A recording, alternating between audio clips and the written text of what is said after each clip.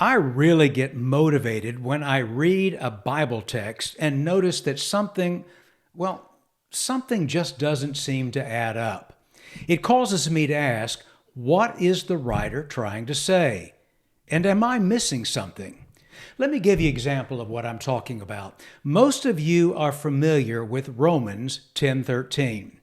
For whoever calls upon the name of the Lord will be saved. This well-known verse is a summation of Paul's clear depiction that salvation comes only through believing in Jesus Christ. He writes that if you confess Jesus with your mouth as Lord and believe in your heart that God raised him from the dead, you will be saved. In other words, whoever calls upon the name of the Lord will be saved. You know the text.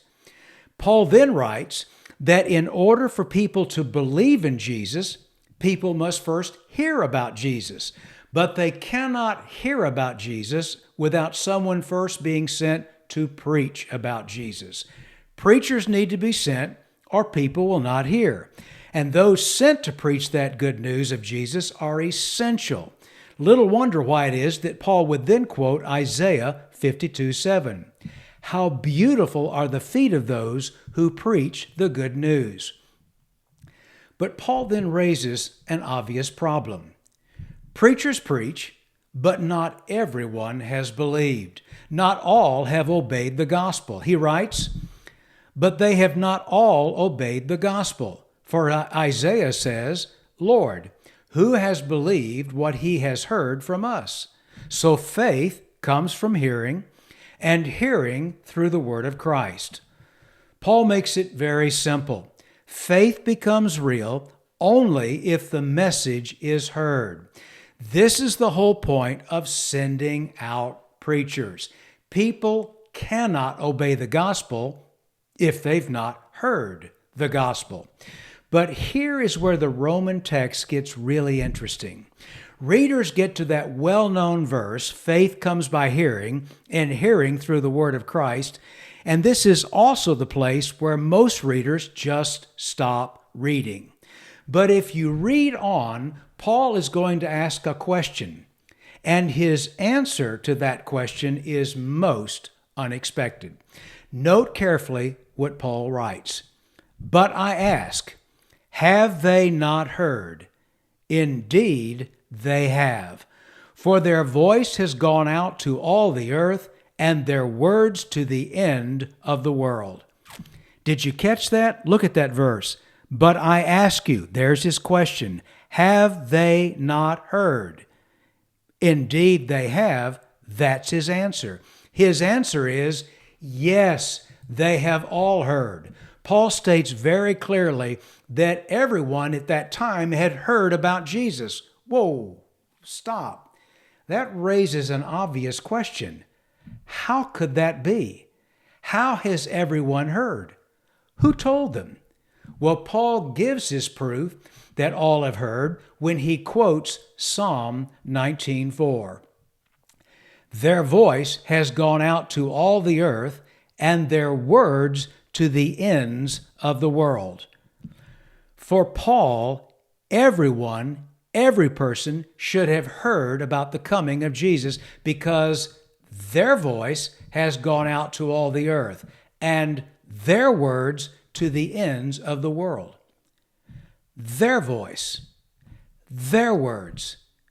The question is, whose voice, whose words is Paul talking about?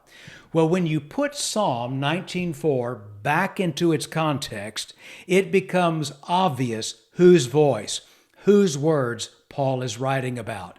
It is the voice of the heavens. The stars are talking.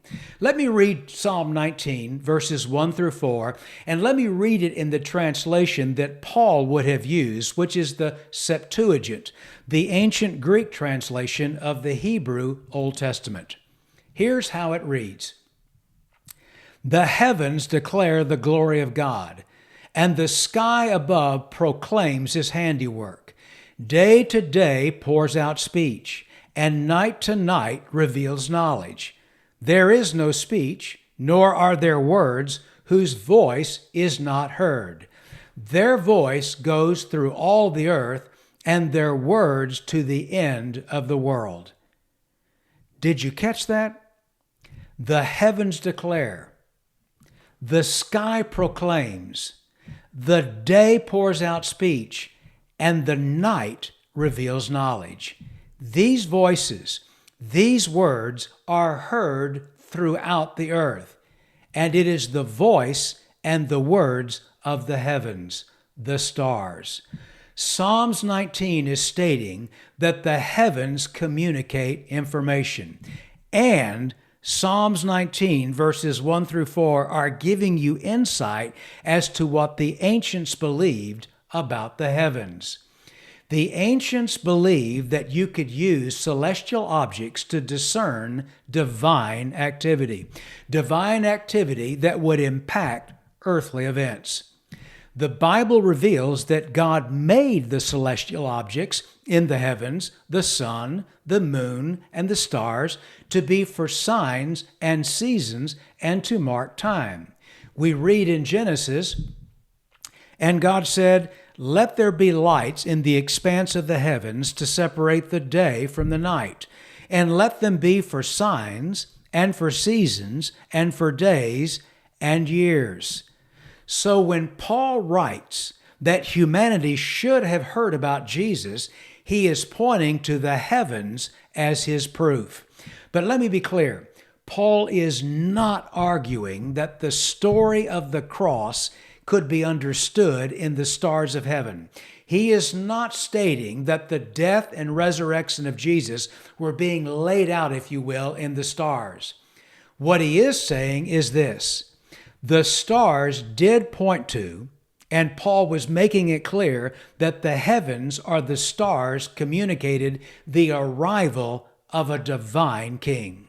In that sense, Paul believed that it was possible for the news of this divine king, who is Jesus, has come to earth. The heavens, the stars, were sending a message that someone unique, a divine king, had now arrived. This fact of the heavens, the stars sending a message, should not be difficult for you or me to believe. One of the most significant signs in the sky was the star that led the wise men to find the young Jesus. Matthew records it this way: "Now after Jesus was born in Bethlehem of Judea in the days of Herod the king, behold, wise men from the east came to Jerusalem, saying, 'Where is he who has been born King of the Jews? For we saw his star when it rose and have come to worship him.'" The news of the coming of Jesus should have been and could have been known by everyone. That is why Paul wrote in Romans, "Have they not heard?" And then he answered, "Indeed, they have heard." But what had they have heard? Well, what they had heard is a king, a divine king, had come. And again, the heavens and the stars, they are not declaring the significance of the death and resurrection of Jesus. Let me make that clear. I know there are some that believe this idea that you could look to the stars and it lays out in detail all of what God had done in the person of Jesus Christ, God the Son. But that is not the case. So let me state again. The heavens or the stars do not declare the significance of the death and resurrection of Jesus. That was Paul's task. He was to explain who this king is and why he had come. It was Paul's job to unveil what he called the mystery of the gospel, the very plan of salvation that God had given. I do not believe that the starry heavens lay out every detail of the work of the cross. It is silly to presume that the stars or the lights of heaven could actually explain in very clear detail the way of salvation to humanity. If that were the case, then all people would need to do would be to look up, read the stars, and get saved. But that is not what's going on here. Paul talked about the fact that there are beautiful feet being sent out to preach the gospel. Those feet were the apostles and those that would follow who would proclaim the message of the cross. The message of the cross, the death of Jesus and his resurrection, and ultimately his ascension to the right hand of God the Father. What Paul was doing was he was showing that the heavens were declaring something very, very important. They were showing that a king, a divine king had come.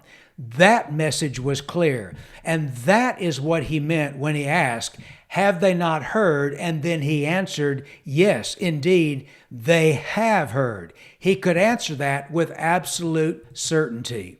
The voice of the heavens, the words of the stars had gone out to all the earth to announce a divine king had come. You know, it's texts like that that just really, as I said, get me so motivated because they reveal such of what God has done for all of us in the person of Jesus Christ. And so Paul declaring that message of Jesus for all to believe, but he's also showing that the heavens, the very stars, they were signs in the heaven to reveal that indeed a divine king had come. And that divine king had come for all of us. He had come to make it possible that we could all come back into a relationship with the God who created us. That is the good news. Hey, listen, thanks for watching this video today. And again, if it's been helpful, would you take a moment just to hit that like button? And also, if you've not yet become a subscriber, take a moment to hit the subscription button as well. And as always, thanks so much for watching and God's very best to you.